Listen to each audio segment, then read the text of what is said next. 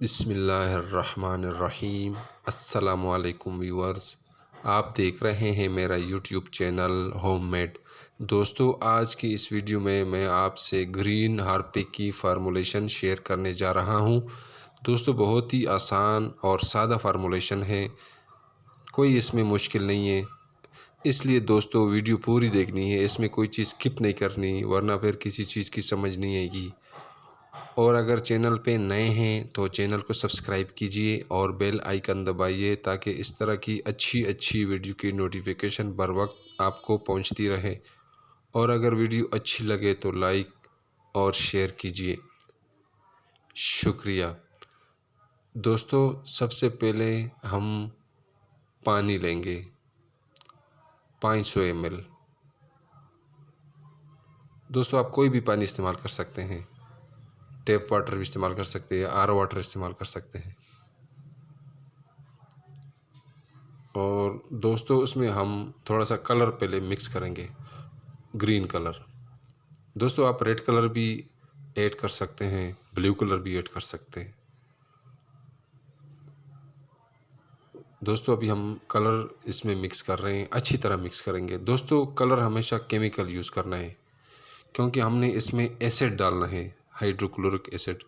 तो इसलिए food colour बिल्कुल नहीं इस्तेमाल करना, वरना जैसे ही एसिड डालेंगे तो आपका जो कलर है फूड कलर वो ख़त्म हो जाएगा बिल्कुल। दोस्तों, उसके बाद हम इसमें एसिड थिकनर डालेंगे 20 ग्राम।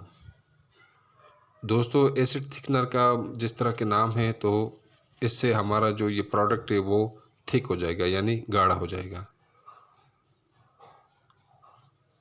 दोस्तों, एसिड थिकनर को अच्छी तरह पानी में हल करना है, पूरा टाइम देना है, कम से कम 15 से 20 मिनट देने, ताकि ये अच्छी तरह हल हो जाए और इसकी कोई रोड़ी ना रह जाए।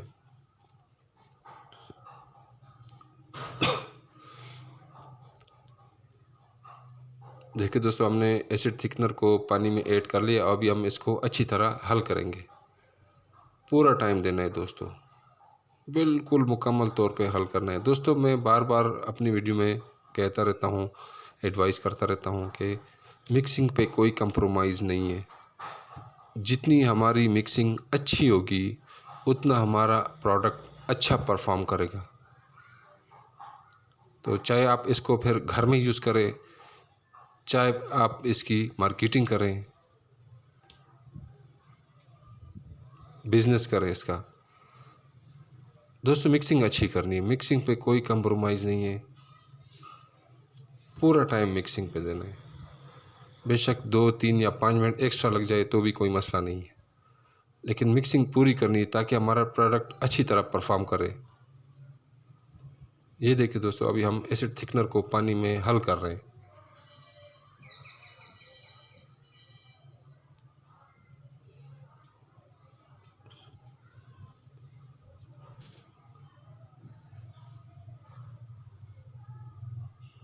दोस्तों, कोशिश करें कि एसिड थिकनर अच्छी क्वालिटी वाला इस्तेमाल करें, लो क्वालिटी वाला इस्तेमाल ना करें, वरना आपका प्रोडक्ट भी लो क्वालिटी वाला ही बनेगा। फिर जो आप तवक्को रखेंगे प्रोडक्ट से वो पूरी नहीं होगी।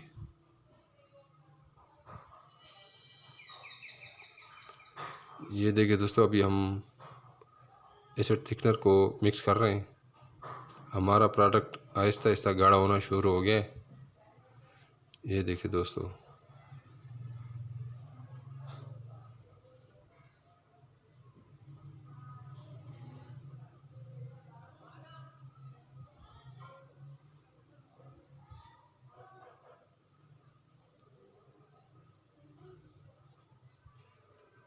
ये देखिए दोस्तों, हमारा प्रोडक्ट गाढ़ा होना शुरू हो गया।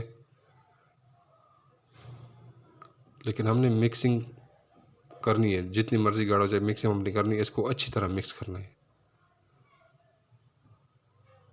क्योंकि ये एसिड थिकनर पानी में मुश्किल से हल होता है, हल हो जाता है पर टाइम बहुत लेता है।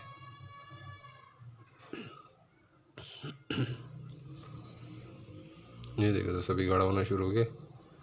ये देखिए दोस्तों, गाढ़ा हो गया, हमारा जो सॉल्यूशन है गाढ़ा हो गया। लेकिन हम मिक्सिंग नहीं छोड़ेंगे, मिक्सिंग बराबर रखेंगे। दोस्तों उसके बाद हम हाइड्रोक्लोरिक एसिड डालेंगे, जिसको आम ज़बान में नमक का तेज़ाब भी बोलते हैं। ये 100 ml है। ये देखिए दोस्तों, इसमें से फ्यूम उठ रहे हैं। तो दोस्तों मैंने ग्लव्स नहीं पहने, लेकिन आप कोशिश करें ग्लव्स पहने, क्योंकि ये स्किन को जला देता है। स्किन पे अगर ये टच हो जाए तो ये जला देता है। दोस्तों हाइड्रोक्लोरिक एसिड को हमने मिक्स कर दिया है, यानी नमक का तेज़ाब। अभी हम इसको मिक्स करेंगे, अच्छी तरह मिक्स करेंगे।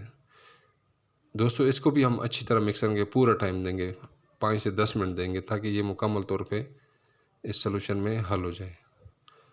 दोस्तों एक और चीज़ आपको बतानी है, वो ये कि कभी भी मेटेलिक कोई चीज़ इस्तेमाल नहीं करनी जब आपने एसिड का कोई भी काम करना है, कोई चीज़ बनानी है। आपने लकड़ और प्लास्टिक वाली चीज़ें ही इस्तेमाल करनी है, क्योंकि एसिड मेटेलिक चीज़ों के साथ फौरी रिएक्ट करता है और मेटेलिक चीज़ को ख़राब कर देता है। इसलिए मेटेलिक कोई चीज़ इस्तेमाल नहीं करनी, हमेशा प्लास्टिक का जार इस्तेमाल करना है। और अगर जो स्टीलर है ये आप लकड़ वाला इस्तेमाल कर रहे हैं, प्लास्टिक वाला इस्तेमाल करें, मेटेलिक नहीं इस्तेमाल करना। ना स्टेनलेस स्टील का इस्तेमाल करना है और ना ही लोहे का इस्तेमाल करना है और ना ही एल्युमिनियम या जस्त का इस्तेमाल करना है। सिर्फ लकड़ी या प्लास्टिक वाला ही इस्तेमाल करें, क्योंकि एसिड कोई भी हो वो, क्योंकि हमारा जो हाइड्रोक्लोरिक एसिड है ये स्ट्रॉन्ग एसिड है, तो ये किसी भी मेटेलिक चीज़ के साथ एक्शन करता है।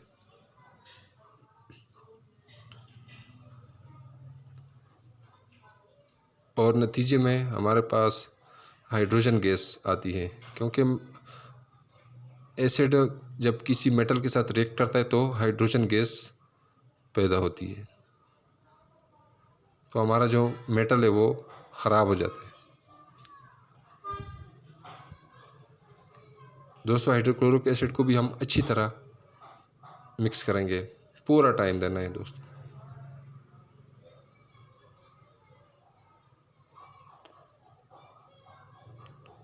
ये देखिए दोस्तों, अभी हम नमक के तेज़ाब को हल कर रहे हैं हमारे सॉल्यूशन में।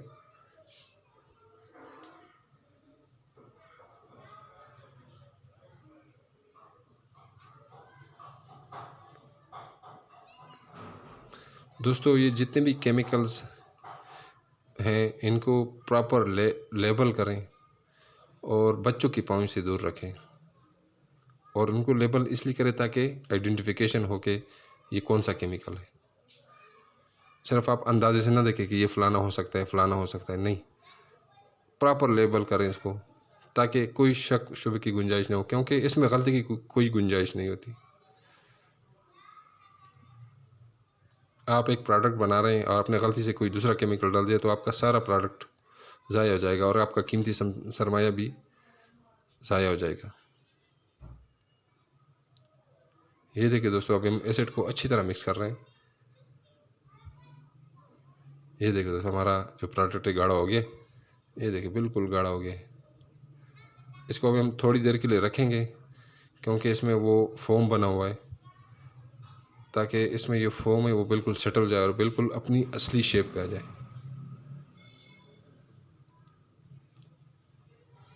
ये देखिए दोस्तों, हमारा प्रोडक्ट गाढ़ा हो गया, बिल्कुल थिक हो गया, जेल जेल की तरह।